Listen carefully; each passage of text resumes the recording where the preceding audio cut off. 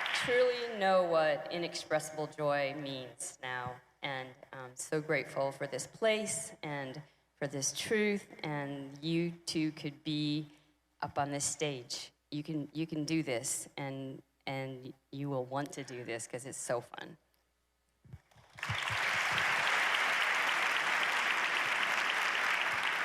Hello. I snuck into this lineup because I want to have lost 100 pounds. My name is Catherine Rector, and I'm at the 80-pound mark right now, but I'm going there. Thank you so much. What do we say? Dear God, can you believe it? That's a lot of weight. Thank you all so much. Thank you, thank you, thank you, thank you, thank you. Please join us tonight. So, by the way, Gwen, that yes. was, I did just quick math. Yeah. It's not exact. 8 people, around 1,200 pounds lost. 1,200 pounds, 8 people. 8 people. Amazing. 8 people. That's amazing. You know, guys, the theme for tonight is just do not give up. I mean, do not give up. We've got an amazing testimony tonight, and I wanted to share that scripture from Proverbs that says that for though a righteous man falls 7 times, he rises again. And I just want everyone to know that the obviously that when you just keep going, that you're going to make it. And so we were getting to talk right before this, service, and we were sharing, a little bit of history, and they found a common denominator of what kind of kick-started them for the end. They both had kind of like weight loss and then a stall, and had to kind of push the restart button. And they both had concluded that there was something that both got them going from the Revolution series. So we're going to take 1 second just to get this thing kicked off with what got them kicked off. Watch this.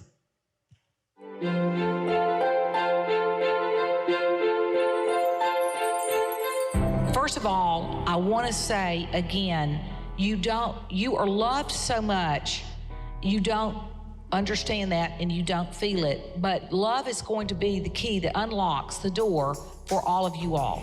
So that's very important to know that you are loved. Number 2, I know every single one of you, and I mean precious, precious souls, that you are not at this weight because you're sitting there purposely, I'm going to defy God, and I'm going to deliberately sin against God with I'm going against you, God. I don't believe that. I don't believe that's in the heart of anyone in here. I don't believe that is your defining characteristic at all. I don't believe you be in here. Point number 3, there must be something very, very important about all of you all, because the satanic warfare around you guys is amazing. And I mean absolutely amazing. Something is not wanting you here. So who knows? Maybe everybody in here is like even more important. Maybe you are a link. And I must just say it this way. What if you were a link to a whole mess of other people that would come through the doors? Because you're well liked and you're basically a very likable person. And you know what? That kind of a category, when you are a likable person, it is a rare quality. And just what if? Just what if that's what it was? Or there may be some other link or whatever that God's got, but Satan knows of your value. And so therefore, Satan knows of the influence. Also, that Satan could be using you because you are likable and you do attract people, and you have a wonderful laugh and you have a great sense of humor, or you're just warm, you're endearing. Whatever it is, the quality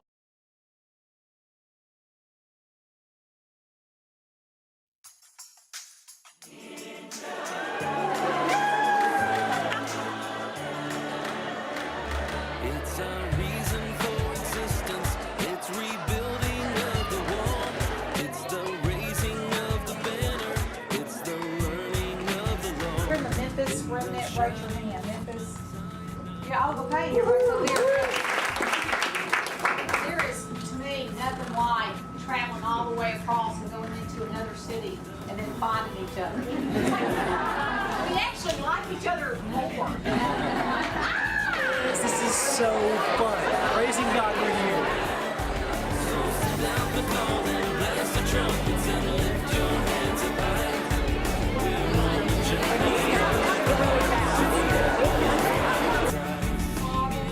God, we are so praising you, God.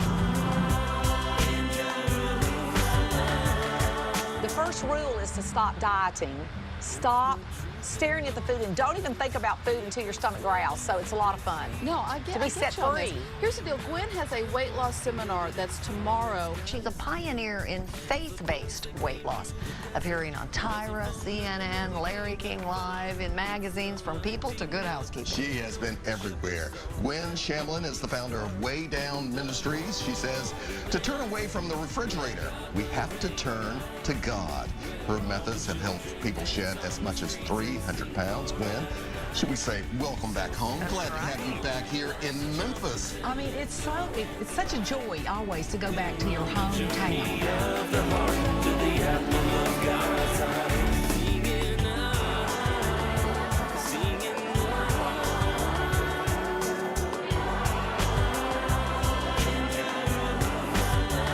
I believe that the shaking that God's doing it should be enough. It should be enough. The problems you've had with your own health should be enough. All the problems with your own family and your children should be enough to know that God's shaking it up. And in every generation, He has done that and had everyone face the final frontier and the final stronghold, and that's their church. People do not want to give it up. I'm asking you to go back now and open up your eyes and look and see if people have not brought idols into the church and that it's mainly polytheistic, where there's one corner where people are bowing down to the dollar bill and one corner where people are bowing down to food, one corner where people are bowing down to self, one where people are bowing down to sexual lust, the praise of men, and that there's a Jesus being taught that doesn't exist.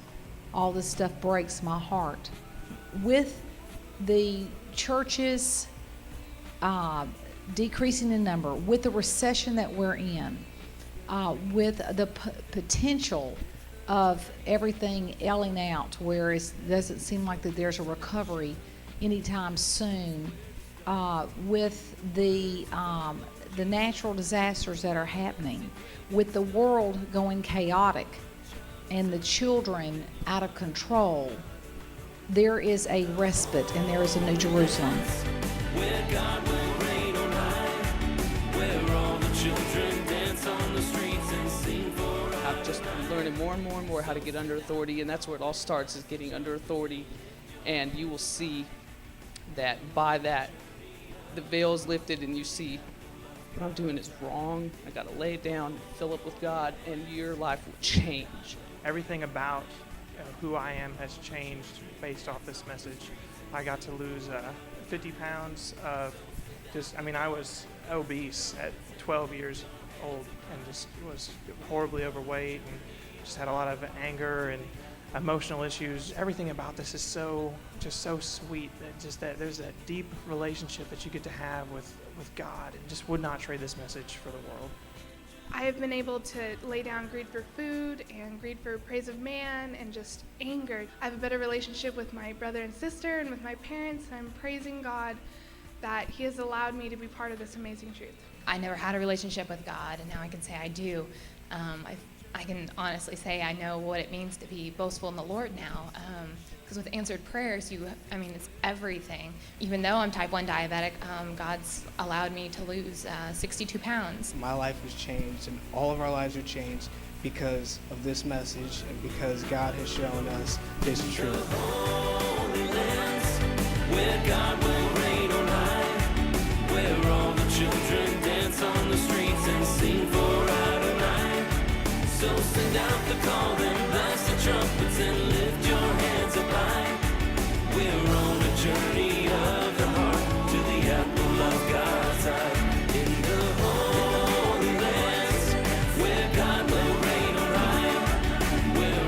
the children dance on the streets and sing for Adonai. So send out the call and blast the trumpets and lift your hands up high. We're on a journey of the heart to the apple of God's eye.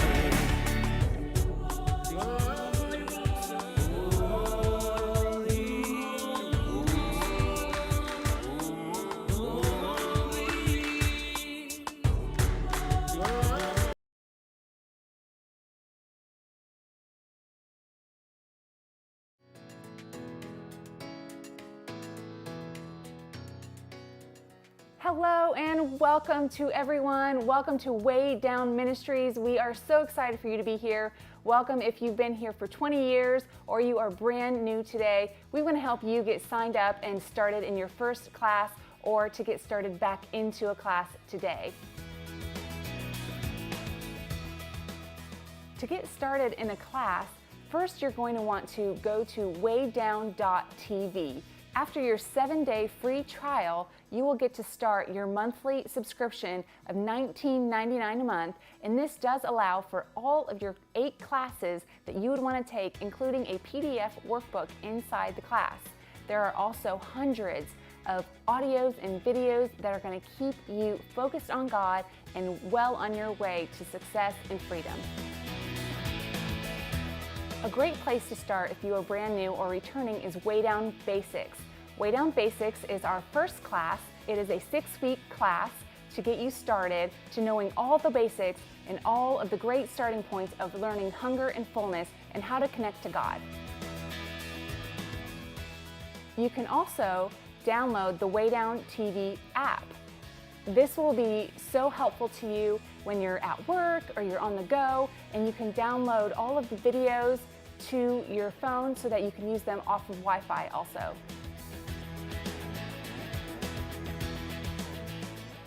If you are not a part of our closed Way Down Facebook group, be sure to sign up there. Inside of this group, you will find so much support and so much encouragement. If you have questions, if you are having trouble finding your way, you will find answers inside of there and so much love and so much support from everyone in there. There are over 10,000 members, but it is a closed and private group, so it's a wonderful family feel. Way Down also provides classes inside the Way Down Facebook group. As you're scrolling through the Way Down Facebook closed group, be sure to check out our post on our seasonal classes. We update that currently so that you can join a class as often as you would like.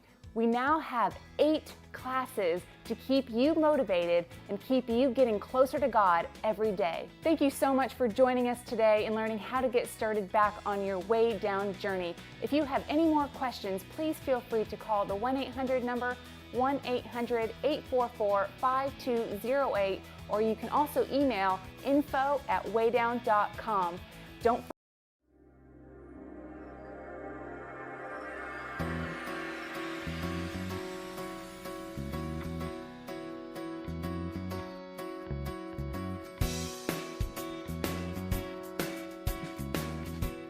Welcome, everyone. I'm Gwen Shamblin with Way Down Ministries, and you're about to embark on a unique program of weight reduction called Way Down Basics.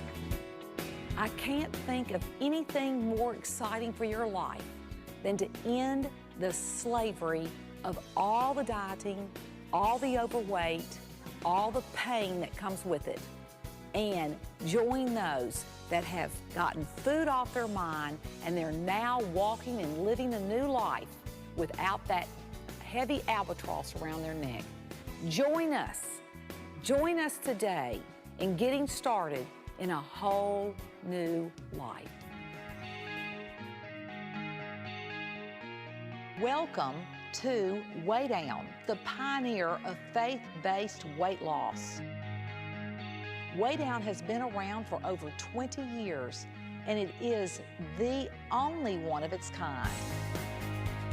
It's medically sound and faith-based. It's a program based on teaching people how to address the whole person and the root problem of overeating, how to end emotional eating.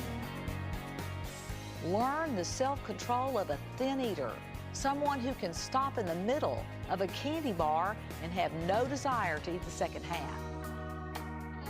This educational seminar is based on reliable nutritional facts. Having a father that was a surgeon and a brother that was a surgeon, I grew up familiar and having much respect with the hospital and medical protocol.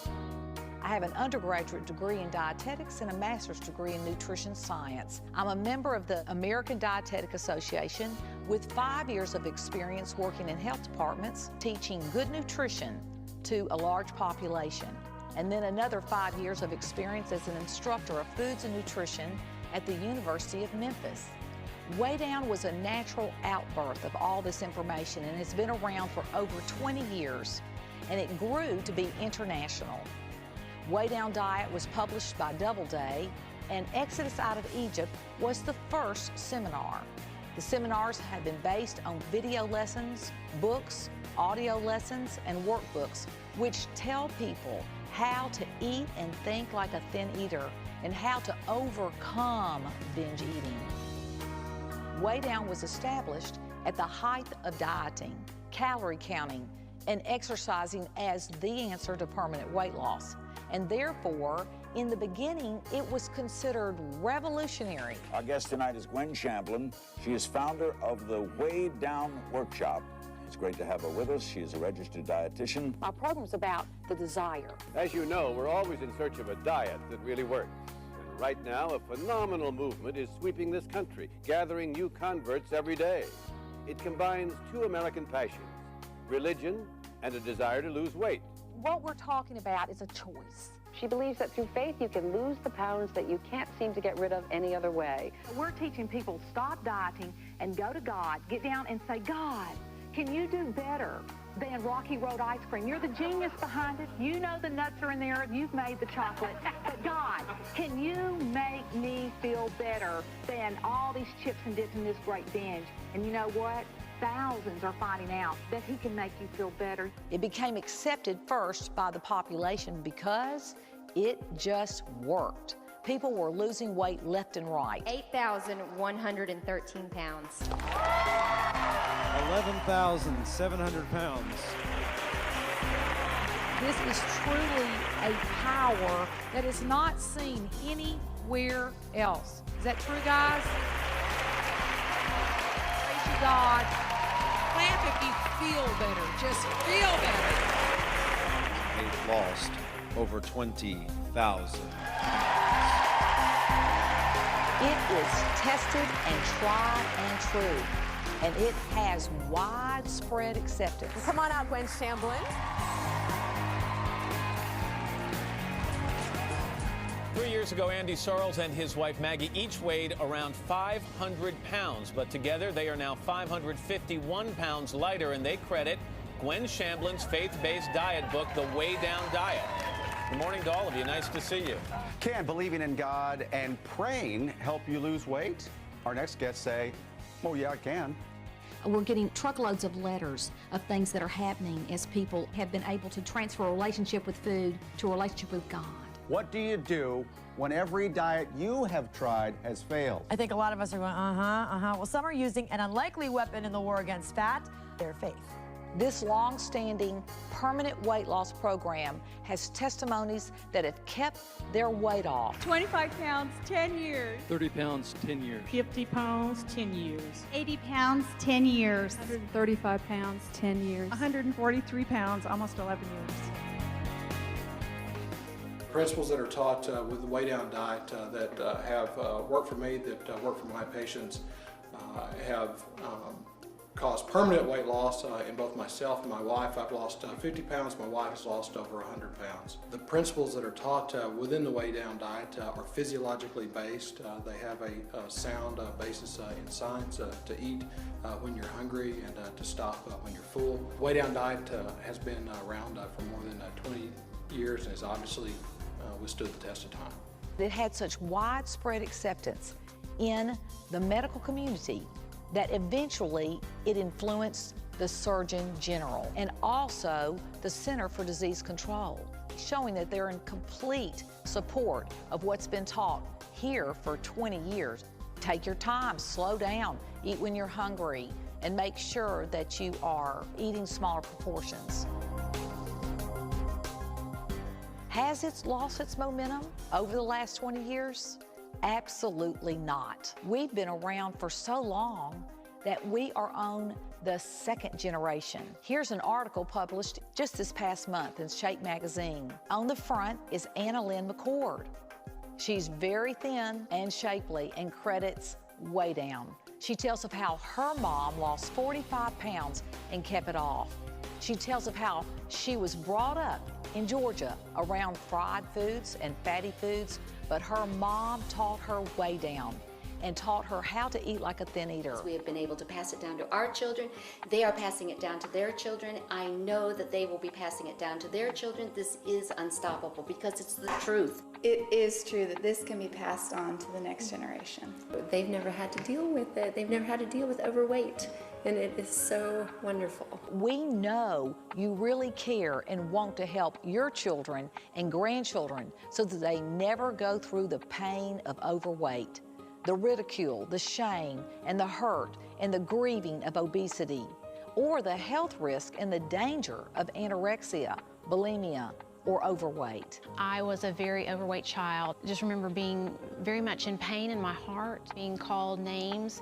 I was very frustrated. I did top out in 8th grade at 170 pounds. I remember just the feeling of just absolute shame and embarrassment. I'm now at the size that I can't even remember being at because I was such an overweight child. I do feel permanently set free from this. I just feel so much joy in my heart and so much hope for my family that that pattern of overeating has stopped. Since we have been around for so long, we have been copied. However, I can confidently tell you that no other program has more experience or better results. I have tried it all, from diets to my own diets, to personal trainers, to 12-step programs, to treatment centers. None of it worked, and this is it. The first class that I went through, I knew that this was it. This was the answer. I would never do anything ever again. If you've ever tried to lose weight and keep it off, well, you know how frustrating it can be. Well, the current issue of Good Housekeeping has some inspiration for you. Carmen Tedder lost, are you ready for this, 102 pounds? Carmen, come on out. And you are on the cover of Good Housekeeping, holding a pair of pants stretched out to here, and look at you. Incredible. What worked for you, Carmen? The Way Down workshop worked for me. It taught me to fall out of love with food and into love with God. And so now when I'm depressed or mopey, I go to God for those emotions, and I only eat when I'm truly physically hungry. Yes, it is that time for Look at Me Now, the Joy Fit Club, and our newest member who's kept off 160 plus pounds. She is 38-year-old Jill Snap, a mother of 2 from Tennessee, who lost more than half her size and gained a whole new life. When I think back of all those years that I was overweight, what hurts me the most is how much of life I missed. Okay, Jill, it's time for your big moment. Come on out. Gosh! Oh, wait, let me look at you. Oh, no, it is not you. No other program has the knowledge and the materials on how to get the complicated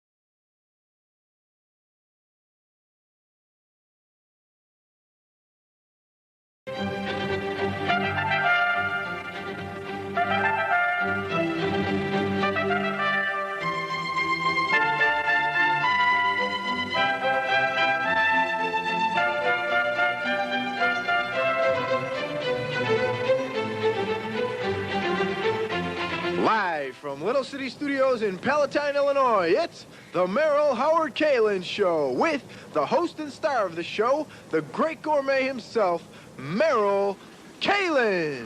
Welcome. Hi, this is the Merrill Howard Kalin Show, and I am the host, is Merrill Howard Kalin. And show for tonight is how to cook chicken. The topic is how to cook chicken. The first thing is we got chicken here on the table. First thing, we're gonna teach you how to take the skin off the chicken. That's how you do it. You take the chicken off with your fingers. That's to be the best thing. Tear the skin off. Tear the skin off. And like this. Then you see it was okay. There's no fat on. Make sure it's no fat on the chicken. Do you know why? If it's fat on the chicken, it's no good. Next thing we're doing is putting barbecue sauce on it. Oh God, it's so good.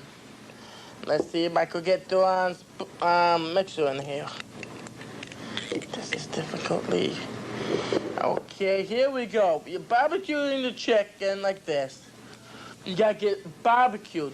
We don't want it on both sides. We want it on one side because you get the flavoring. And keep the other side broiled. Because this tastes good. That's how you make your chicken. Then you put it in the oven on the 450, then you have it ready. Next, we're gonna start off with the salad. The salad is the most important food of the day because it's easy to do. Let me take the chicken off and put it in a dish and get ready to do the salad. Okay? The salad is an important thing to do. You see, this is the lettuce. You know, lettuce is really good to do because then you could, first thing how to open up the lettuce, you just smash it down. Get the end piece out, like this. And that's how you do it. You keep on breaking the end out. Then you open it up. You have to take the bad pieces off the lettuce because it won't be good if you have the lettuce bad parts. Bad parts is yicky. That's what I call it. It's yicky. It's not very good. You just take it off and you peel the bad pieces off. Then you crunch it up into this bowl. And you crunch it up. Crunch it up. Crunch it up. See, you gotta crunch it up because then you could get the lettuce more better tasty. And now you're gonna do this and get the lettuce all breaking up. Take the bare pieces out still, guys, because you can't eat the bare pieces. The bare piece is the most icky thing.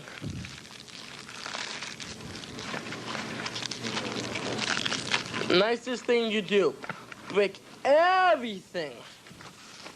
Next thing we're gonna do is still get the good pieces in. Cut up a cucumber. This is a cucumber. You cut up for the lettuce. That's how you do it. You cut up a little bit each time. You see, it's so good here. You gotta cut the bad edges off of this cucumber. You throw it inside the lettuce like this. You wanna make good salads. That's how you do it. You wanna make good salads, you do it right. Then you cut the lettuce and cut the cucumbers. You got all the bad cucumbers here and you put it down. Then you slice out the cucumbers, then you slice this up, then this up. You gotta keep on cutting them. Then you can make it, put it around the dishes like this, you see? And then you do this, then do this, then do this, then do this. This is wonderful. You see, that's how you're cooking with Meryl. You do the right thing. That's how you cook. I do that at home all the time with my mom and my dad. I cook at home all the time. And you're making a salad, a beautiful salad. That's how you do it. You make wonderful salads. Next, we got to do the tomatoes. Oh, I love tomatoes with mine. And that's how you do it. You see tomatoes? That's how we do it. Watch Meryl how they cut it. Watch Meryl cut the tomatoes. Oh boy, delicious. You're putting a tomato inside the dish. Wow. Wowie, kazowie. Meryl make good salad. And the show is going to be so good, he's going to eat some of it later. Ooh, so good. It tastes good. It's so good, it's unbelievable. Well, let's see if we could cut them up. See, you got to get all the dirt out of the way to get the tomatoes good. You slice them really thin. Very thin. You can't use any bare pieces to it. It's so good. Next, you're cutting in the ends. So good. Let's see Meryl could cut the ends off of this. Cut off the ends. Cutting off the ends. Look at this. So good and tasty. They make my mouth so yummy. And that's why you got to learn to cut up the food very neatly. You can't use any bare pieces to it. That's how you make a salad, see? Next thing is we're gonna do is forgot the main part of it, the cheese. Cheese. You need the cheese on it. Ooh, excuse me. You need the cheese on it because it tastes so good. Oh, look at that cheese go. I love cheese on my salad. Ugh. Just to put around the curves.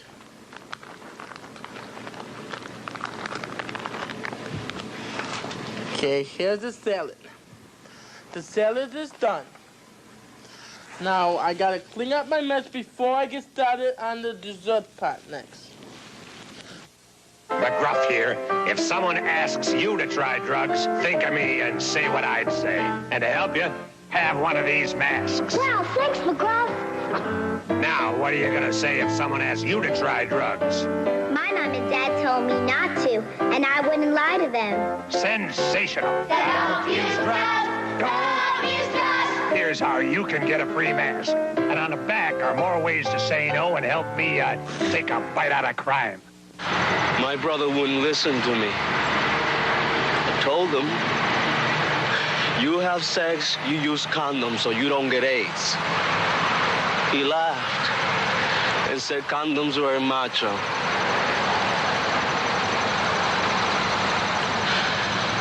My brother, he was so macho.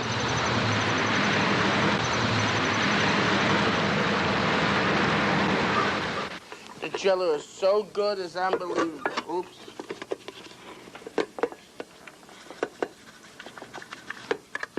Oopsie. It cut, oops.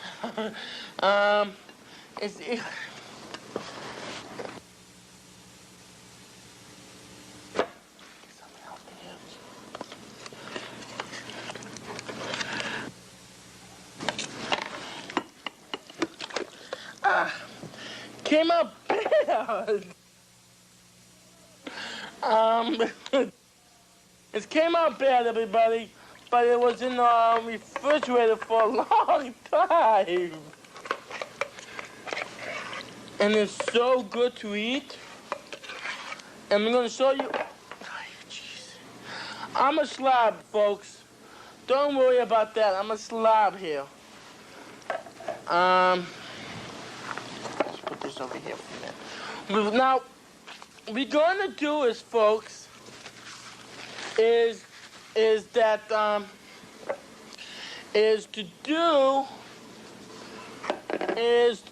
I forgot. We're going to cut up the bananas we forgot. Ooh, yeah. Ooh. Sorry, folks, my banana got rotten. God.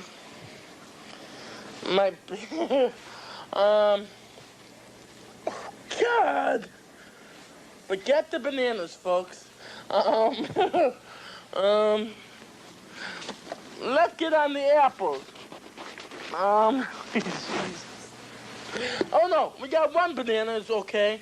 We cut out the bare part. We're cutting out the bananas like this, thin slices. Very thin slices, folks.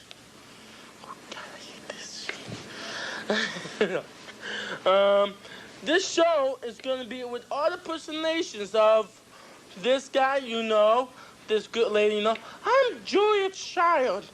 I'm making those, my bananas, cut them up skinny, all like. And you know who else is here next to me is French Gourmet. Hi, everybody. I'm French Gourmet.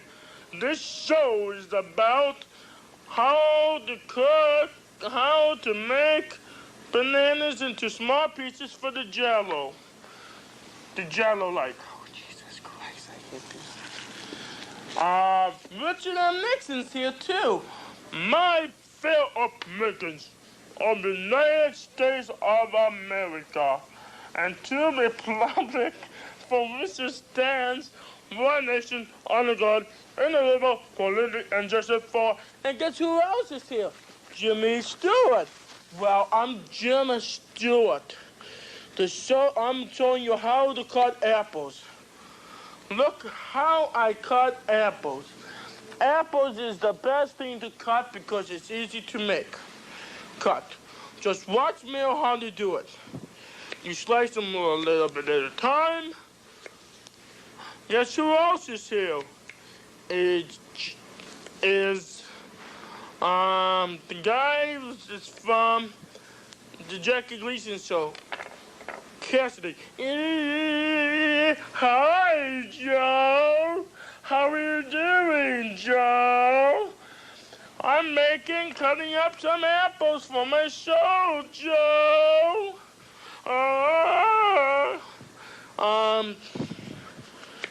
My favorite star of the show is Johnny Carson.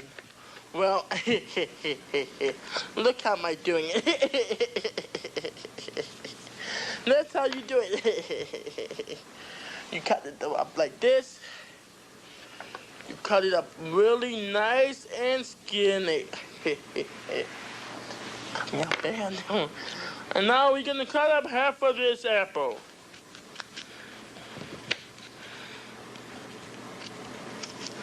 This one way. Excuse me for the language, ladies and gentlemen. I didn't mean to say that swear word, but my banana cut in half wrong. I'm cutting the apple wrongly, but I don't know why it's coming out bad. Look! Oh no! Yogi! What do you want, baby? I'm smarter than the average boo. Yogi, what you gonna do about my apples? My apples broke into the pieces. So what's wrong with you, boo-boo? You don't have to make a mistake on these things. Guess who else is here? The Fonz.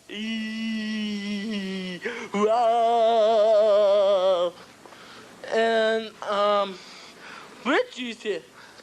Hi, Fonz. Ha ha ha ha ha. Mr. Woodman's here too. Carter, you know, you are a jerk. Ha ha ha ha ha ha ha ha. You know, Walter Cronkite's here too. Hi everybody, this is the news. This is how you eat an apple too.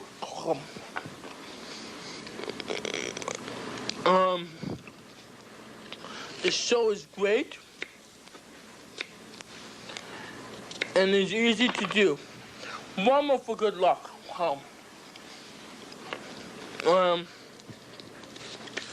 After this, we will make some stuffing. The stuffing we're gonna do in the microwave. The best thing for it. Let me finish up this apple. Then I go in the kitchen and do a microwave. And it's easy to do.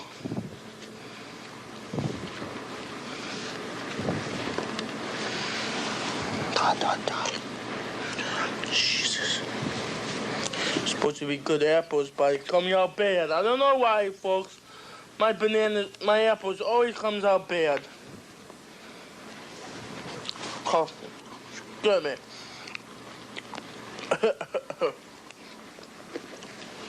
But John Wayne's here too. So, well, howdy, partners. My apples come out good.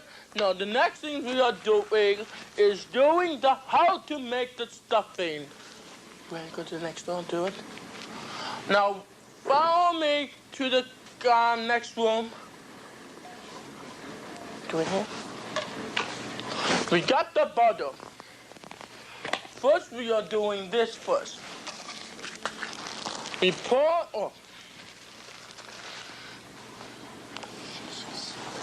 It's the wrong way. Jesus.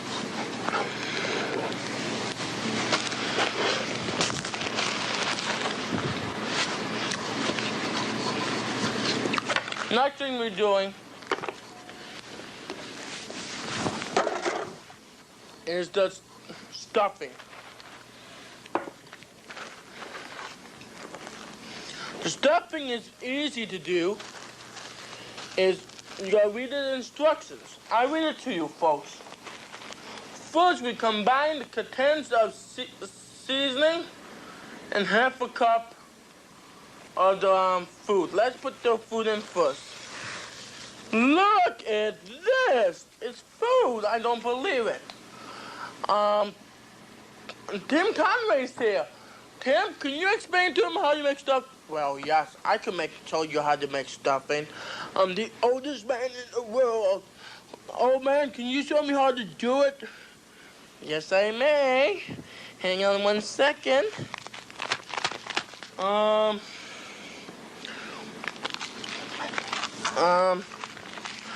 We are missing some. Oh, I forgot to do one thing a little later. Measuring cup. Use a half a cup instead of a cup. We don't have a cup here today, folks. But we got margarine. I don't believe how much margarine we got there. Just yank it in. Next. Excuse me, I dropped my seed. So I'm George Buns. Well, I know I'm George Buns, and I'm putting the seasoning off the ground here. Put the seasoning on. It's gonna be a great show to show you how to do it. Wrong way to do it. And that's how you use the measuring cup, folks.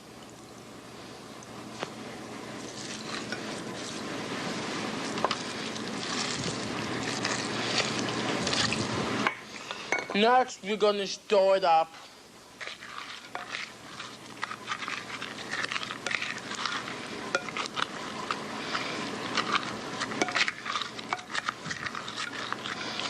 Stir it up so good. Excuse me, folks. My jello's falling down. Excuse me. My show's gonna be stirring up the jello here. I'm trying, folks. My jello's not doing that great. It's dying in the audience.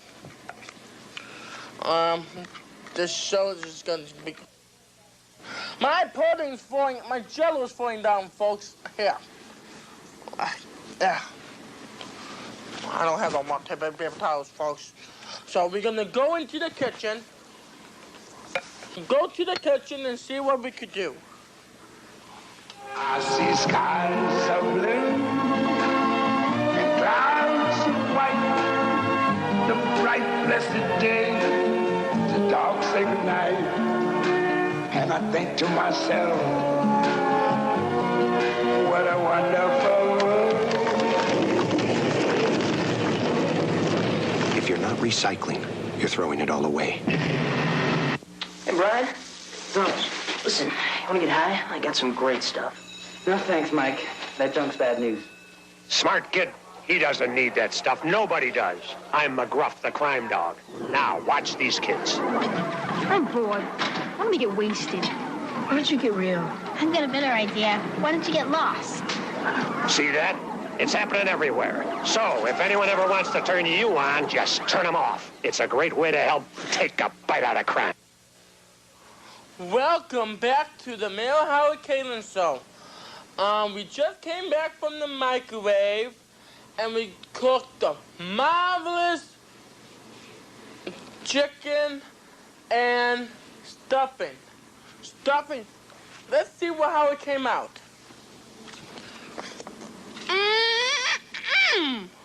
Licking good chicken. And look at that and stuffing. We're gonna do something different here. We're gonna get some salad. Oh, Jesus. Myself, okay. We're doing some salad. Let's try the tomato. That's how you do it. People in the audience, people anywhere, do not cook alone. Have your mom or dad or your brothers or your family be there when you're cooking. Excuse me, folks, my Jello falling apart. Hell, excuse me. This show's gonna be good. Listen to me, people out there in the audience and anywhere else in the whole world. Do not cook alone. Be with your mom and dad or your family, because they will have to teach you the way to cook. Do not use the knife for anything. Just watch Mel put dressing on his salad. So good. And let's see how it tastes.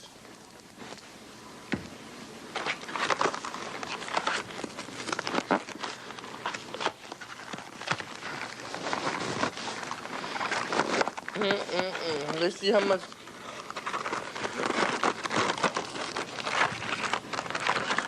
Trying to get the forks out of here.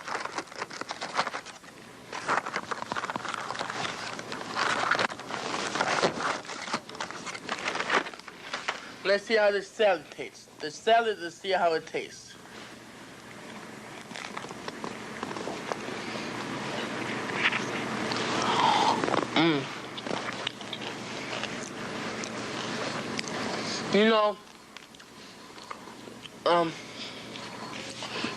This salad is so good. You learn how to cook by the specialties. If you want to write to Mayor Howard Kalin at 6,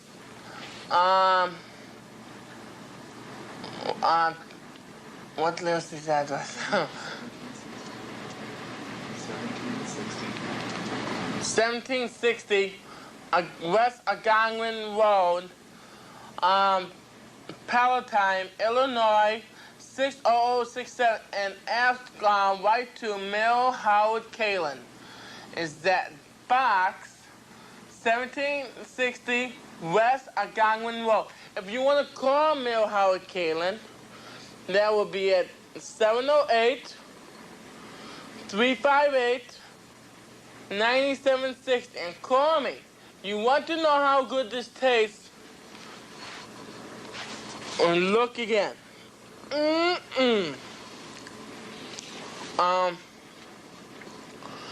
I want to tell you something. The one invitations I want to do before we leave tonight is Raquel Welch. Ba-da-dum. Well, hi, everybody. I'm Raquel Welch. Today, this show is almost over. Hip, hip, hooray to me. Well, you know, guess is gonna be here. Is my all-time favorite. It's Jack Benny. Well, I'm Jack Benny. You know, my violin, that's how you play. Me, me, me, me, me, me, me, me. Or Alfred Hitchcock. Well, hi, everybody. Bum, bum, bum, bum, bum, bum, bum, bum, bum, bum, bum, bum, bum. Bum, bum, bum, bum, bum, bum, bum, bum, bum, bum, bum, bum, bum, bum. A Porky Pig. That's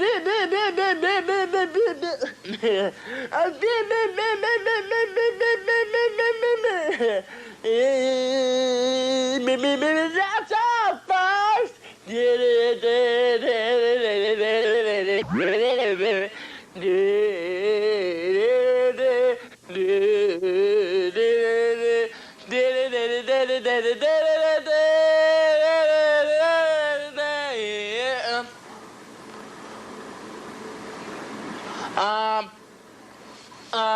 Next week's show, we're going to be doing a scene from Motorola.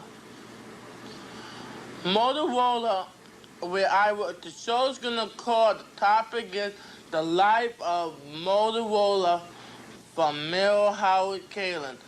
What he does at Motorola. He's gonna spend the whole day there. The show's gonna be interviewing my friends, my boss, the people who are my best friends, who's not my best friends. We're gonna introduce everybody. That means everybody. That means everybody. All my bosses, all my everybody. The show's gonna be funny. There's gonna be imitations. There's gonna be a lot of guest stars, guest hosts. And that's it, folks. Thanks for coming to the Mayor Howard Kalin Show. Listen, you wanna get high? I got some great stuff. Yes, I may. Hang on 1 second. Let's see how it tastes. No thanks, Mike. That junk's bad news. Oh boy, wow, wowie, kazowie. This is wonderful. They make my mouth so yummy. Why don't you get real? I've got a better idea. Why don't you get lost?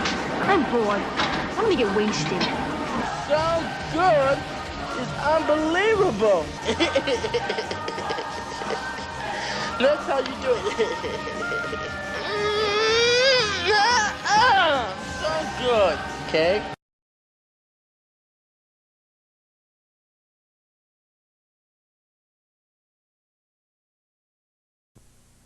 On presentation.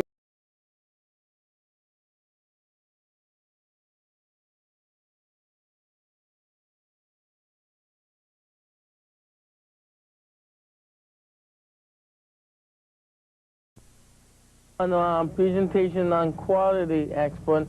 If we win this, we're going to Lake Geneva. Then after Lake Geneva, we're going to Hawaii for the last and final aspirant. Oh yeah, you going to Hawaii with them? Yeah, yes, I am. I'm on the team. You're on the team. Yes. So what do you do at what do you do on the job? What do you? I am like a supervisor. Like I'm like working on computers. Computers. Yes. So you got a computer or you work on it? Yeah, I got a computer at home, Mr. Bob. I got an Epson Equity 2 computer. I do different stuff. I play games on it. Oh yeah. I do. I write memos out. Oh yeah. And I do different things on the computer, but I don't know a lot of other stuff to go in the computer. So I'm learning how to do that. Oh, so that's where you got the trade at from Motorola. They teach computer? Yes. Ah, be darned. So, Merle, where do you live at now? I live in the SOA in Little City at 1505 West Algonquin Road. Oh, yeah? Oh, okay. So, what is your interest? What TV shows do you like to watch? I have, my favorite TV show of all time is Bonnie Miller. Bonnie Miller? Yes, because I don't, and one other show I'd like to see is not my favorite, but it's Quantum Leap. Quantum Leap. Quantum Leap? Yeah, it's my favorite show. Oh, okay. So, I don't know too much about the shows, but who's in, yeah, so what kind of music do you like? I like rock and roll, Bob, and I like classical music, and I like the blues. The blues? Any kind of blues. Yeah. And I like romantic music. Romantic music, huh? Yes, it smooths my spirits. Well, so, yeah, so we understand that, Merle, you understand that you're going to be doing another show, right? Right. It's going to be on a comedy show. I think it's going to be singing and dancing, but it's going to be a few of my imitations. Your imitations, yeah. So Merle wants to do a couple of his imitations tonight. So go ahead, Merle. Okay, the first imitations I'm doing tonight, Mr. Bob, is Julia Child. Well, I'm Julia Child. Tonight I'm showing you how to make gourmet goulash. And the guy's here too with me. He's next to me is French Gourmet himself. Well, I'm French Gourmet. I'm teaching you how to make Jell-O. Teaching you how to do it better. You like them gourmet shows, huh? Yeah, I like to those shows, Bob, Yeah, because like it gourmet. teaches people and out there what it's all about. And if people want to write to me or call me, please call me at 358-9600. Sometimes you could get me between Monday, about Tuesday, Wednesday, or Thursday, or Friday. But sometimes Mondays, if you call me after 9 o'clock, I'm home. Yeah, so do you have a wish for tonight, Merle? I got two wishes, Two wishes, okay. Bob. One wish, I want to write a book on cooking. Write a book on yeah, on the cooking show, my cooking show. And I want to give the people out there some recipes of my own cooking. So that's... And teaching them how to cook well. Easy steps to cook. Okay, so... Second one, I would like to be... I really like to become a singer, Bob. Become a singer? Yes. So what kind of singer you want to be? I want to sing my own tunes, my own songs. Your own songs? Yes. And I sang a few songs, different songs that I like to sing.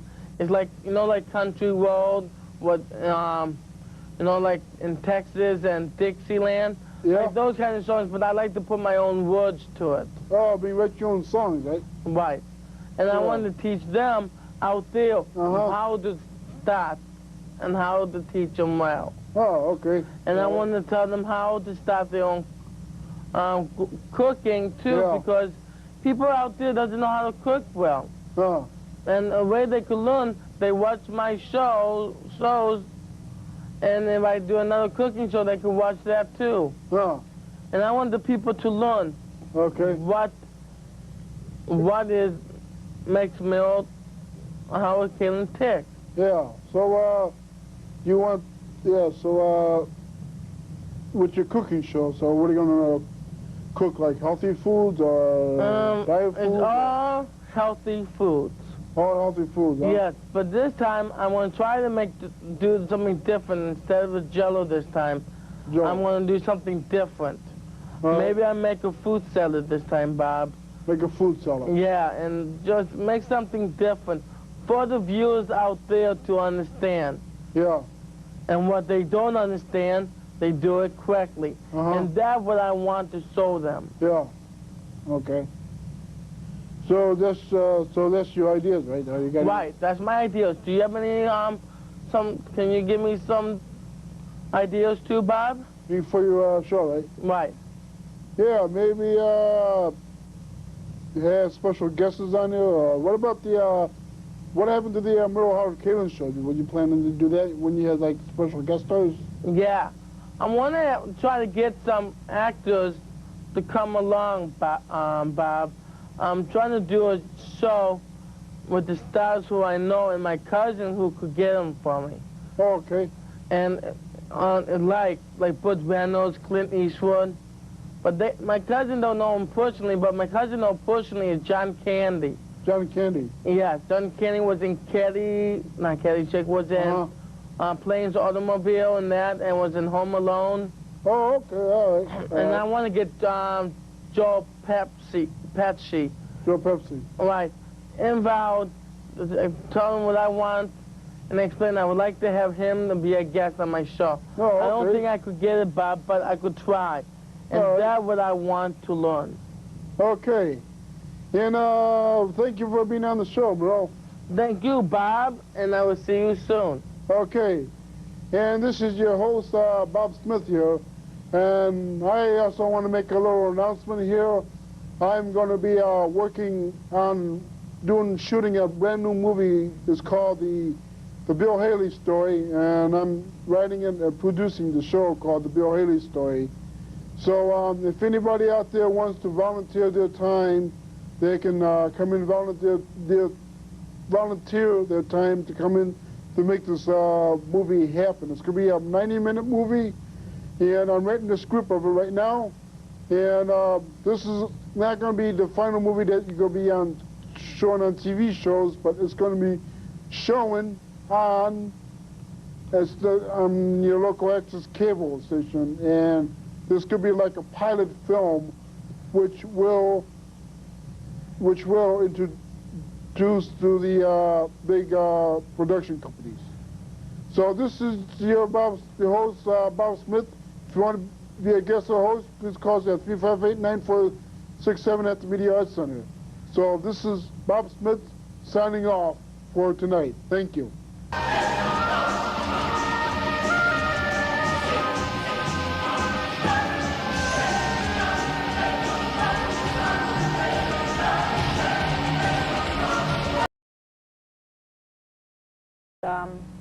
My interest is to get a job that I will like and to be qualified for. What kind of job would you like? I was in the, I'm in the field of looking for like grocery store, because I used to work I was presently employed at Jewel Food for 7 years. I was the head bagger there. I liked what I did. I had comparable hours, and I love meeting people. I think I'm more or less a people person. You said you like Roseanne. What specific you like about these shows? It's got a general message to it, to the shows, and it teaches kids to do right and wrong on certain areas. You know, they have a certain topic on the show, and they'll touch a certain topic with the show, and teaching kids not to do drugs or you know, just to act without thinking, you know, before they do anything. Do you like to be on the spot reporter for these things and tell the people out there what you like? Yes, I would. Yes, I would like to do that. What is your idea to find a job? To be more, be out in the community. I think I'm more to be out in the community instead of being right on Little City grounds. I'm more of an independent person. Do you watch any exciting movies? No, not really. Do you do any other hobbies except walking and bicycling? I crochet. What is crochet? I needlepoint or not crochet, latch hook. Latch hook. Do you like it? Yes, I do. How you like where you're living at? I like it. I've lived there now about 2 years. I basically moved in the middle of February. I've only been there about 2 years, just about 2 years. 2 years. And what other things do you like to do? I mean, you're creative. I mean, I play video games. What kind? I have a Nintendo, and I play. Do you have Pac-Man? No, I have Super Mario, Wheel of Fortune, just different Do you games. have Jeopardy? Yes. One of my favorite games also. How you like living at your apartment? I your like place? it. I like it. And would you like to live in a community? Someday, but not at the present time. At the present time, I'm more getting familiar with Little City, to get to know the place better in the short time that I've been there. Do you ever have your parents come over for dinner at your place? Sometimes. Do you wish you could live back at home? No, I'm very happy with living out on my own. It's been a dream of mine to get out on my own, to be a more independent person. Thank you, Lori O'Malley, for coming to the Witches and Ideas very much. And if you would like to give us a call the access number is 991-5880, or call Wishes and Ideas at 358-9467. And we'll be right back after this commercial messages. Thank you.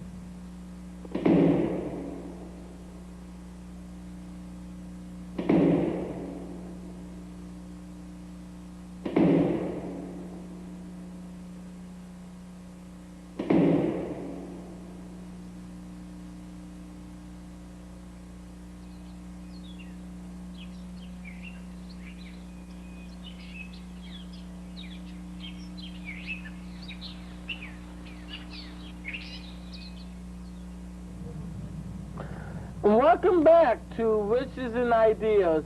I'm Mayor Howard Kalin, the host again. Our second guest of the evening is Fred Coleman. Hi, Welcome, Mel. Fred Coleman. Thank you. The first question I have for you, tell me about your family. Well, my dad stayed at Barber Heights, and my mom there, my mom, they'll stay in Omaha. Omaha. What kind of work do you do? Do you work old or new? New. I work at Fairfield Hotel. Fairfield? I mean, what are you doing? Janitorial? Yeah. Kind of did that maintenance work. Housekeeping? No, maintenance.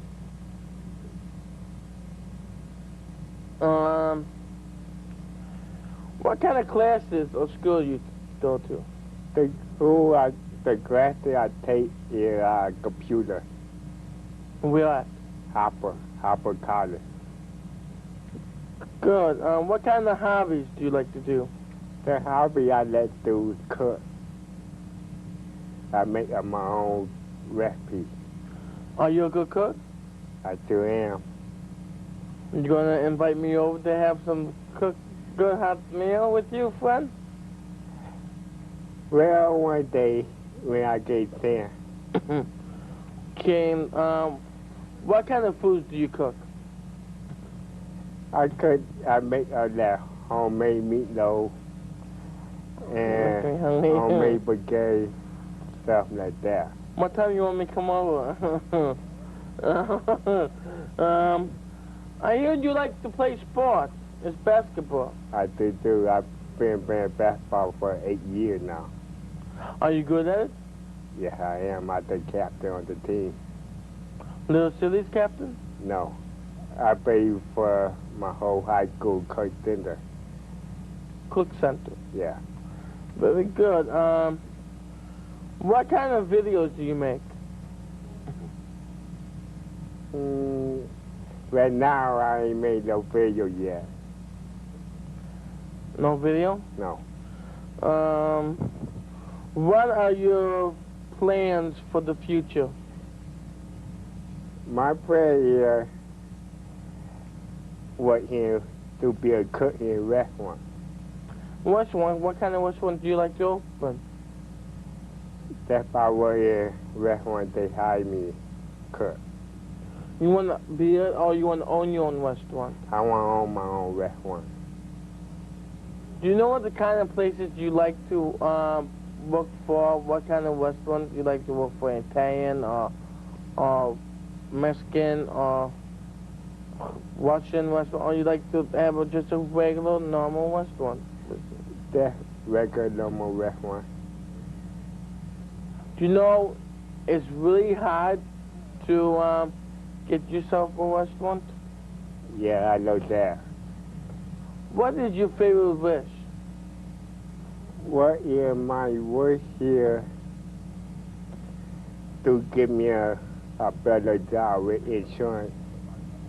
Do you have an hour with insurance? No, I got a job, but I got no insurance. Are you getting paid from Little City checks, or are you getting regular checks, friend? From Little City checks.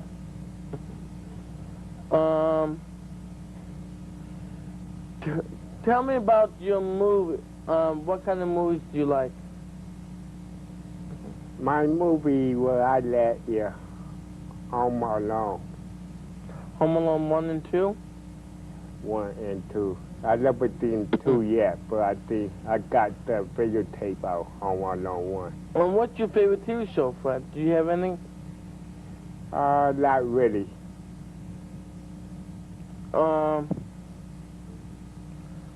What other hobbies do you like to do?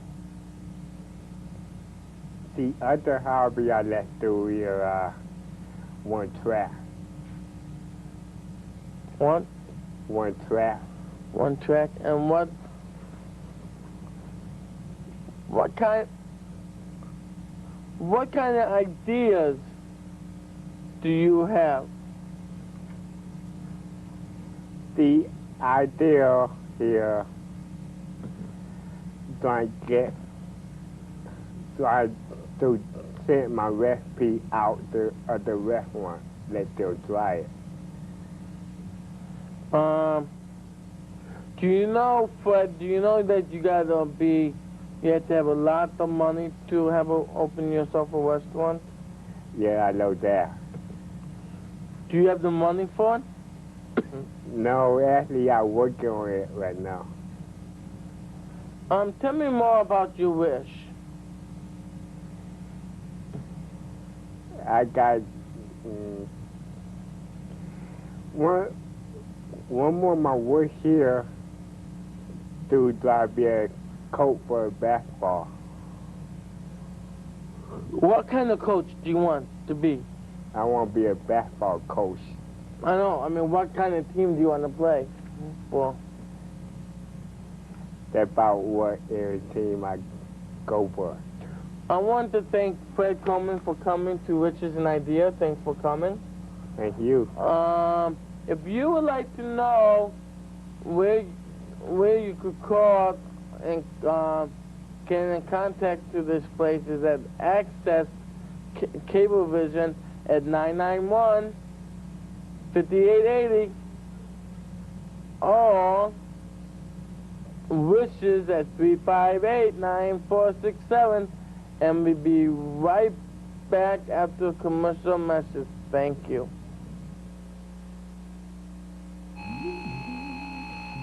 I grew up in a lot of different places for people with developmental disabilities. So my friends are my family. I love my friends. We take care of each other. I don't like labels like mentally retarded.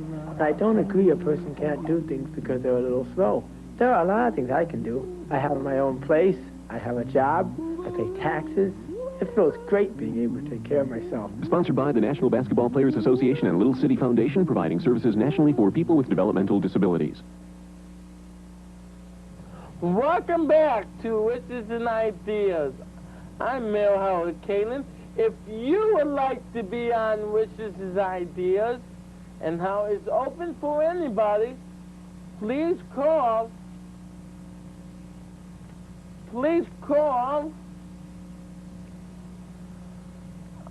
Wishes at 358-9467 or 991-5880 is the excess.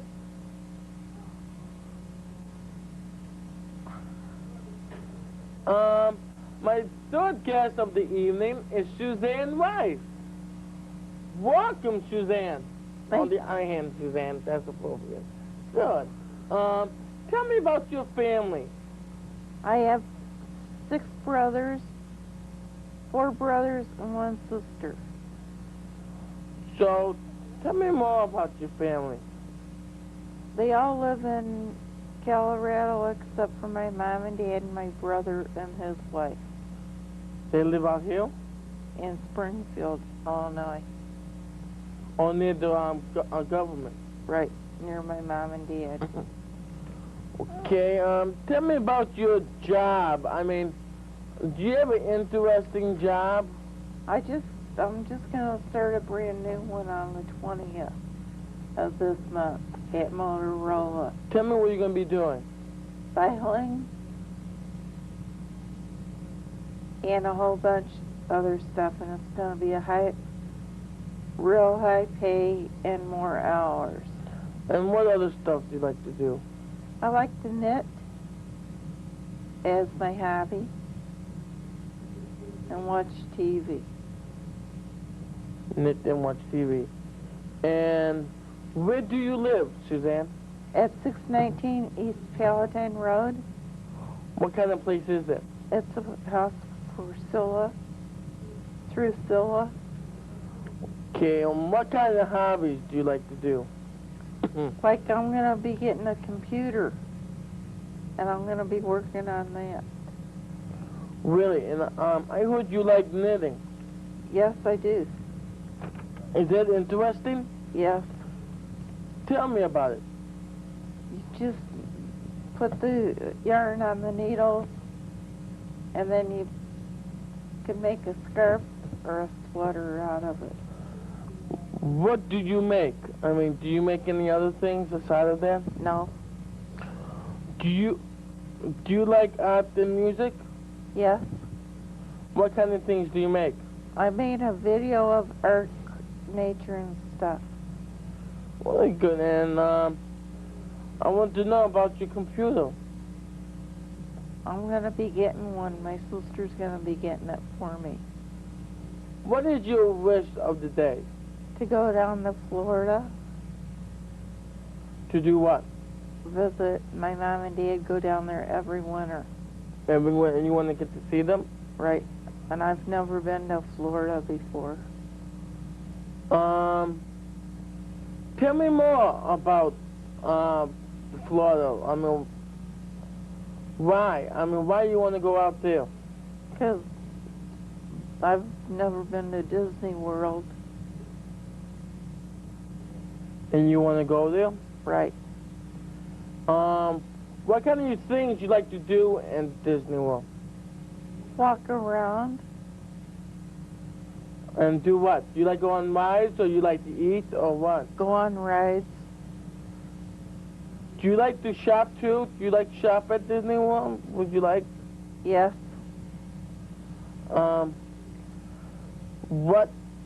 When would you like to go to Florida? In February. What kind of ideas do you have? I mean, I'd like to know more about you. Tell me your ideas. Like what, Merle? ideas on music. I mean, what kind of wish would you like to come true? Plus, I even like to listen to country and western. How do you want your wish to come true? So that I could go to Florida. Florida. And what kind of movies do you like to watch? None. No movies at all. Do you like any TV shows you like to watch? No. No TV? You don't like any shows? No. I only just watch the news. That's a show.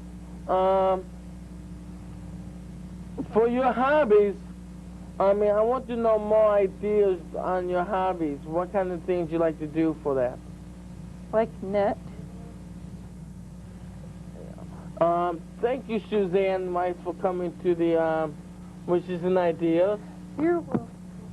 I want to say, when you would like to join Wishes and Ideas, to come here.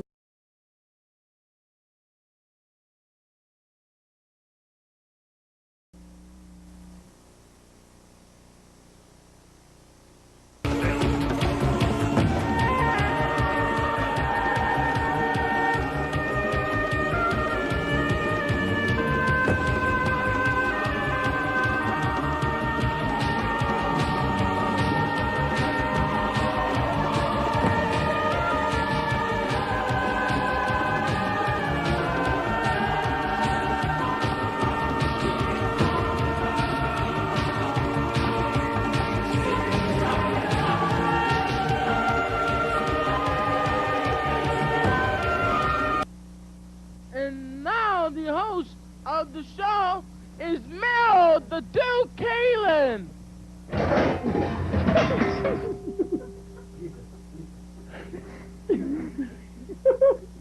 Hi, welcome to the Mel Howard Kalin Show. This is a Western show.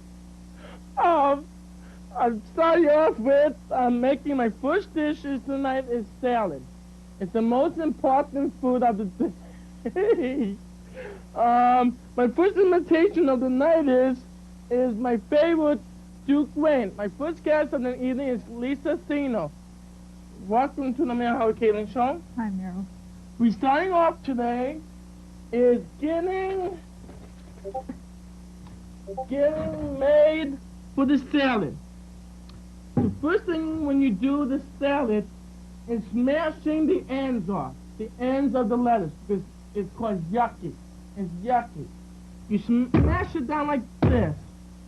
You crack it in like this. See that, Lisa? That's how you make the lettuce. You break it up. You take the bare pieces out. And so I'm John Wayne. Well, howdy, my partners. You see I'm taking out these bare pieces out of the salad. And you crunch it up. Crunch it up. Crunch it up. You want to try some, Lisa? See if you could do some? Take out the bare pieces out. I will take care of the bare pieces. Let me get good salad. Excuse me. Salad's out. We crunch it up. Crunch it up. Crunch it up. It looks so good. It's real food. Wow. Well, John Wayne, I'm making great salads. And that's how you do it. Next thing is on the list is the cucumber. The cucumber is you just cut it up, you slice it up, you slice it up, you slice it up. You keep slicing up the cucumber like this. It's more tasteful. It's good to eat. And that's how you do it. You don't have to cut out the bare pieces, everybody, because all the lettuce, all the cucumbers is really good to eat. It's tasty, and you could have it for dinner. You could have it for lunch. I always have it for lunch. It's good. Not always, but sometimes. But everything you do, you cut up the tomato. You cut it up. You're cutting up like John Wayne's doing it. And that's why I wear my hat, guys, because I love to see Buck Rogers in action. You're putting the tomatoes around the salad. Around the salad. And we got to kill it. See, we don't have to use a knife to kill it. You can break it with your fingers. That's how I always do it at home. I match it up with my own fingers. And around. And it's good to eat too. Wow, look how delicious.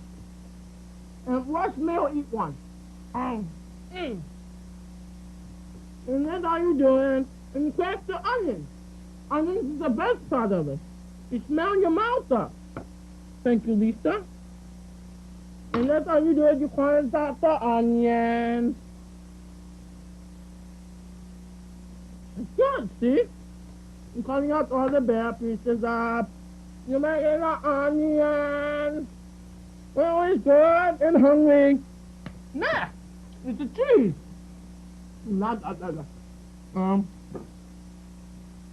Next thing is on the list.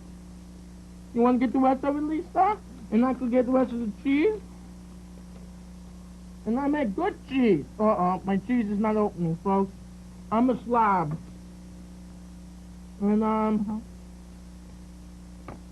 would you like to help me here? I'm trying, folks. I'm a slob. I'm eating another celery. Sorry, folks. Come on.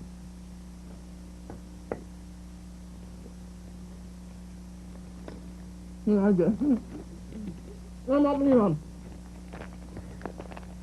them. I'm trying to, folks. Sorry, folks. I'm trying to get... Oh, here we go. You got cheese, everybody. Healthy salad. The other way. Like that. See? I'm putting around the salad. That's good. And around the salad. And I gotta take some cheese because we're gonna do something special afterwards. We gotta put it around the salad. And I'm gonna do another tomato. I'm an extra tomato, folks. I'm cutting up the tomato. I'm doing so good. It's my favorite tomato. I'm cutting up the tomatoes. Then you throw them up there. Then you put a little bit more cheese. Oh, it's good.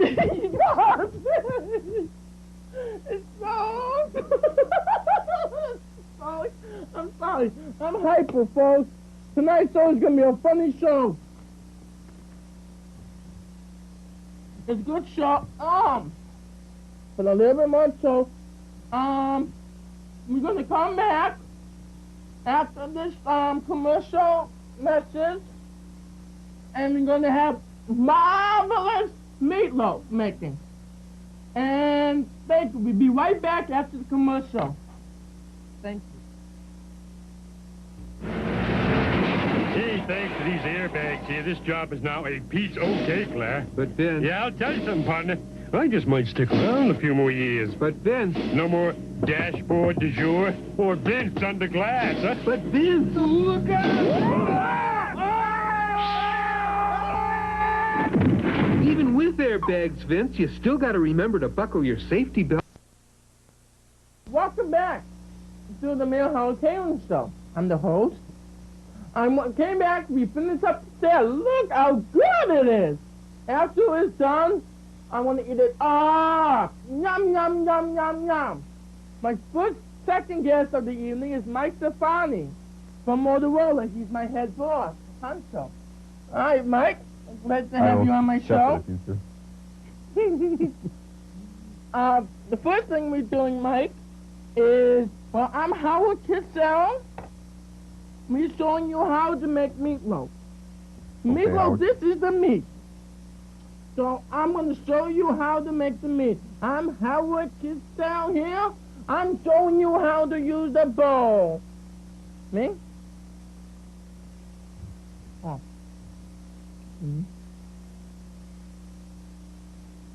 I'm showing you how to use the bowl. This is the bowl we're going to use for meatloaf. It's going to be a great show, Mike. I'm going to show you how to crunch up the meat. We're going to show you how to crunch up the meat. We're going to show you how to crunch up the meat. You're going to get your hands dirty too, Mike, in a minute. Tell me what you do. Tell me what you do at Motorola, Mike. I manage their literature distribution center. Tell us what that means. It means we distribute literature, and Merrill helps us do that. When he's not jet setting to Hawaii, that is. Tell us what kind of things are we going to do in Hawaii, Mike? We're going to be in business competition, Merrill, and hopefully eating this meatloaf. Ooh, meatloaf. It looks so tasty. Wow, it looks so tasty. We're putting a lot of onions in there, Mike, because it's easy to make. I'll let you put in the eggs when time comes to put eggs in, okay, Mike? Okay. It's going to be easy to do. You're going to get your hands dirty in this, Mike, okay? It'll be easy to get your hands dirty in this. Okay. And it's easy to make. It looks good enough now, man. I'm telling you that now, guys. What happens later when we make it? You got to cut it up really easily, Mike, because it's easy to cut it up. When you make it, don't cook. When you cook alone, Mike, that's fine. When they say you have children, don't let them cook it alone because it's hard to make. You put more onions in. Or, when I make meatloaf, I put a lot of onions in. Next thing we're going to do is, Mike, is doing the eggs. We would like you to put the egg, smash the eggs open, and put them in this bowl. It's too much, folks. It's the best part of it. Okay? Jesus. And this is how it goes, Mike. You dump the eggs in. Oh! Looks good. You put your hands in it. Oh. It's mushy, folks. Mushy. Oh, look at it. Oh, look at my hands, folks. I didn't mean to do that, folks. I'm sorry. I'm still a slob, folks. I'm trying to make a good meatloaf. What most people have to learn how to do. You get it messed up like this. That's how you get the meatloaf soft. You put a teeny bit of milk in. You don't use a lot of milk because it's easy to pour it in. Just put, this a little bit. You can't drink it like this, folks. It's not really good. So you make it in, you smush it up like this, like this, like this. Whoa, look at that, meatloaf. Ooh, my hands is dirty, folks. Thank you, Mike. Next, we're putting ketchup in. Ketchup. Let's see how much we need. We're putting a teeny bit of ketchup in just for the flavor. I'm bleeding, folks. I didn't mean to do that. I'm Howard Kitzel. I'm bleeding. There's a medico in here. There's a medico in here. I need somebody help. You're making it up. You're making it up. Ooh, my hands are filthy, folks. I'm sorry. Next thing is you're putting it in the bowl. This is our bowl we're going to use it in. Thank you. Making as horses now. It's hard to make horses because you need a right way of doing it. This is a part of the back. Okay, guys? No, let's call it the head. You make it straight. You want to put your hands in it too, Mike? Which part of the horse you want me to make, Merrill? No, you're making, Mike, the Indian. I'm making an Indian. Indian. You come on my other side, Mike. Let's change places. Can you do that? Change places. You put the Indian right here. You make a round circle for the Indian. I'm making horses, folks. My head is bushy, folks. I don't know why. And I'm making a head. That's the Indian? That's the Indian, folks. You need a hat for this, Mike. Put your hands back and you're making a hat. I need a hat for the Indian.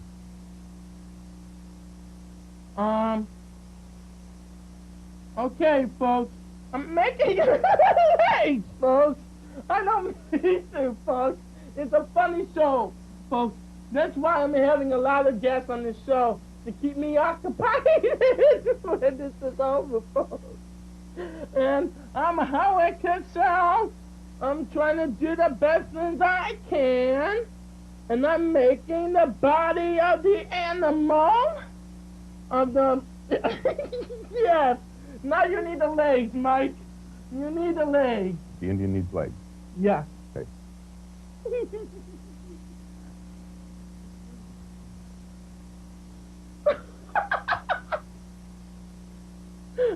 Okay, Indian set.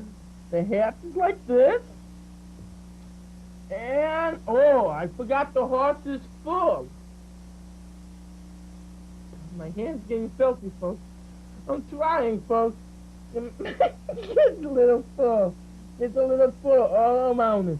You need some feathers, Mike. Feathers?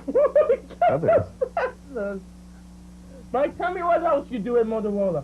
What kind of things you like to do in your work relation? I like to travel. Where you We're like to travel traveling. to? We're going to Hawaii. Why? Whoa, it's gonna be fun. Yeah. Next, we're gonna do is Mike. I'm sorry, I didn't have to do my jello tonight, folks. It room today. You're using a little bit of pepper in my meatloaf. Around? Next. Yeah, ooh, excuse me. Good job. And that's my thing. And I'm shaking it up. I'm shaking it up. Look so good. And you're making it up. And that's, folks, that's how you make the meatloaf. You put it on the 450. No less. And that's what it looks like. I want to thank Mike Stefani, my main boss from Motorola, to be on my show. Thanks for coming. Thanks for letting me be here, Merrill. And Found the feather. and we'll be right back after this commercial message, and then we're going to show you how to make potatoes. I have AIDS, and my baby has AIDS. My husband may have it, but he won't go to the doctor. In the beginning, he wouldn't even talk about it. My mother helps us, but sometimes I think she's afraid. Every night I kneel by my baby's crib and pray to be strong for him. Every night I pray that my baby won't die. Protect the people you love. Use a condom. All right, welcome back to the Mayor Howard Kanan Show. I'm the host again, Mayor Howard Kanan. As you know who it is, I'm Tim Conway. Well, I'm the oldest man in the world who's going to show you how to work potatoes. Well, Tim, can you make it for me? Well, yeah, I'm going to show you how to make potato skins, folks. Here's how you do it. You cut up the potatoes. You cut the middle out, folks. And that's how you do it. Ooh! I didn't mean to cut it through my hand, folks. I didn't mean to. Oh, I crushed it. Oh. And that's how you do it, folks. You just cut the potatoes out. You need to cut it through and easily because you know who else is here is Alfred Hitchcock. Well, boom, boom, boom, boom, boom, boom, boom, boom, boom, boom, boom. Wow, howdy, everybody. I'm Alfred Hitchcock. Well, Jack Benny's here also with Rochester. Well, Rochester, do you know how you do the baked potato skins? Look at this. It's potato skins. No, folks. So, boss, so Rochester, will you please ask Mary Martin come into the room with me? Well, Jack, what do you want from me? Jackie Gleason's here too. One of these days, pow! You're going to the moon, Alice. Well, you don't have to send me to the moon, Ralph. Well, not this. You're so square, you're so round. And Mr. Woodman's here also. Carter, you are so dumb, it's incredible. And Cindy Snow's here. And my favorite actor of all time is here, is Robert Conrad. Robert Conrad. Who's Robert Conrad? He's at the Wild Wild West show, and he does the best impersonations of Richard M. Nixon, my fellow American, of the United States of America. And Jimmy Carter's here too. Oh, hi, folks. I'm Jimmy Carter. And today, we are showing you how to make this into potato skins, folks. And do you know who else is here? And I forgot who came in. Is my favorite of all impersonations is Porky Pig. A beep beep beep beep beep. A beep beep beep beep beep. That's our fox. And one other person, Walter Cronkite. This is the news. This is the news, and that's how you do it. We're doing it as like Springsteen. Well, I'm Springsteen, and I'm singing, and I'm gonna lose my voice, folks, before I go with my white whip. I'm filling up the potatoes into a little section. What's good about this, folks, it's really good. And it's tasty also, and let me try the last taste of it. It's healthy cheese. Oh, good.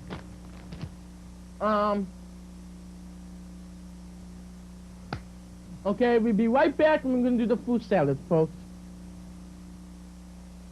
For the price of a pizza and a soft drink, you can feed an African child for 1 month. Give to the Red Cross African Famine Relief.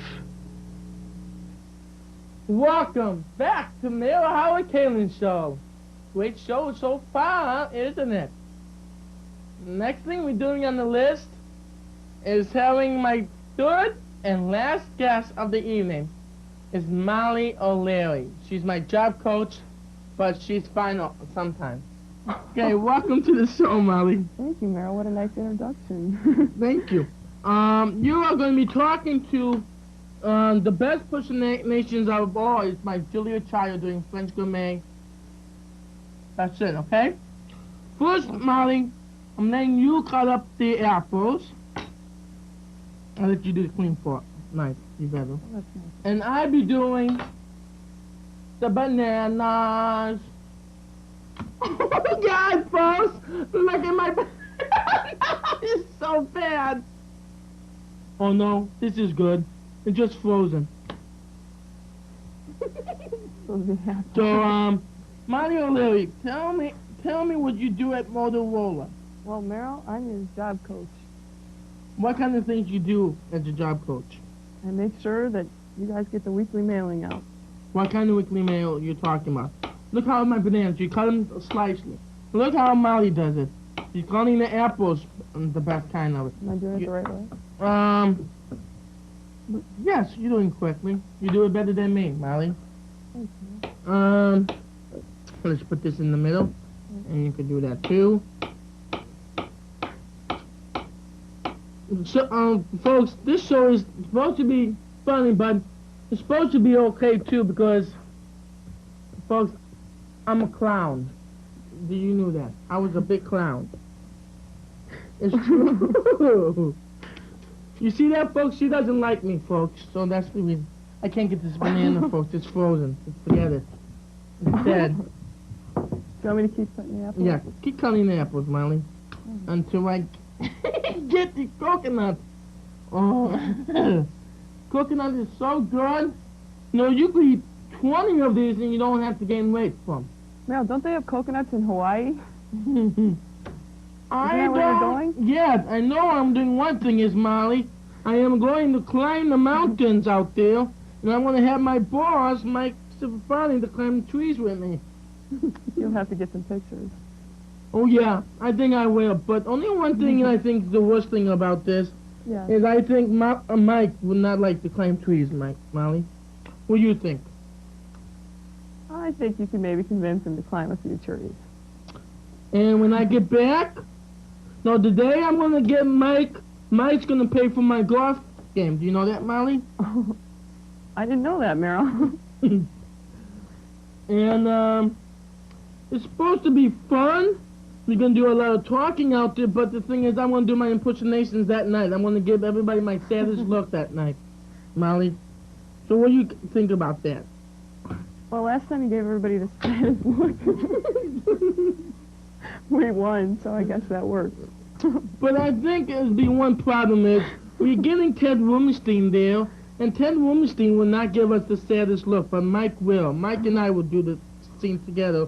She's gonna make embarrassment comments to what's his name, Wister Falcon.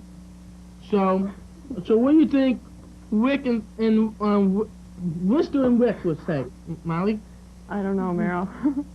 Well, I know what he's gonna say. He's gonna say, Meryl, and I. Can I get that other apple? No, you're gonna cut this up. These are pretty frozen.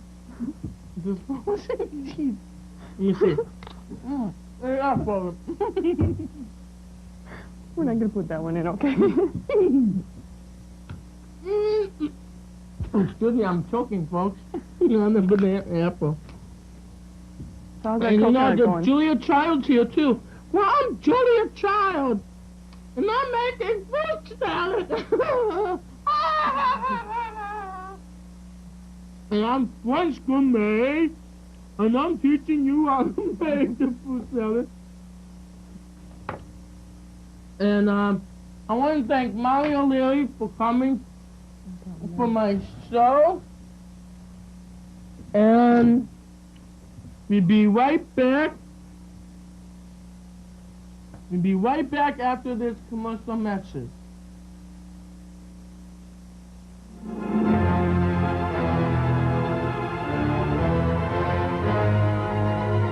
I wish I could do like Betty Davis did. One of my best wishes would be that everybody would have peace with God. I wish I could win the lottery one day and just stop working and live on those names.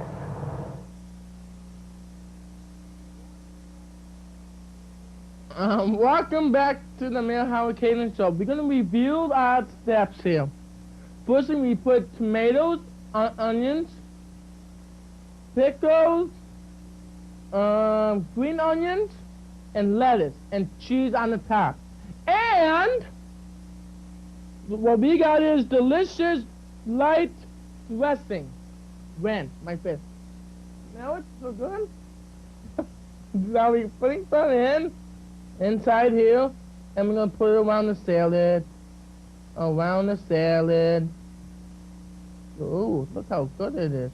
Mike, see how good this is? That looks real good, Merle. And then we started making the meatloaf, right, guys? And look how we made it. We made it with eggs, milk, meat. You put paprika and black pepper. It's so good with it, and we put onions in it. Good food. Yes, it's John Wayne sauce. Next, then we did the potatoes. We just put cheese on it, and we just cut out the middle. You just cut out the middle, then you do it fast. Then we did the fruit salad. Oh, look how good the fruit salad is. We got bananas. We got apples. We got coconuts. We got granny apples, McIntosh apples, red delicious apples. I got all different kind of apples. And it's still good. That's how you make it. And you stir it up with coconut and watch me taste it. Sorry, folks. I was choking there. The food is still good, but I'm going to try to take a taste of my horse. No, I tried to take it off of his ear. It's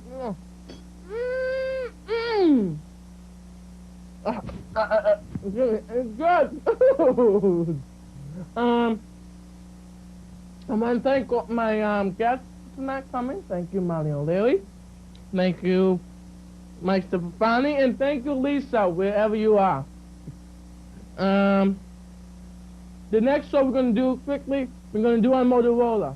We will come to Motorola and we do interviews with Mike Stefani, Molly O'Leary, Dina Casina, Ted Blumenstein, Ted Scheller, Rick, what's his last name, Mike? Marchesi. Mr. Falcon. We're doing all the warehouse. And I want to thank everybody for coming to my show. And I want to say one thing to everybody. Thank you.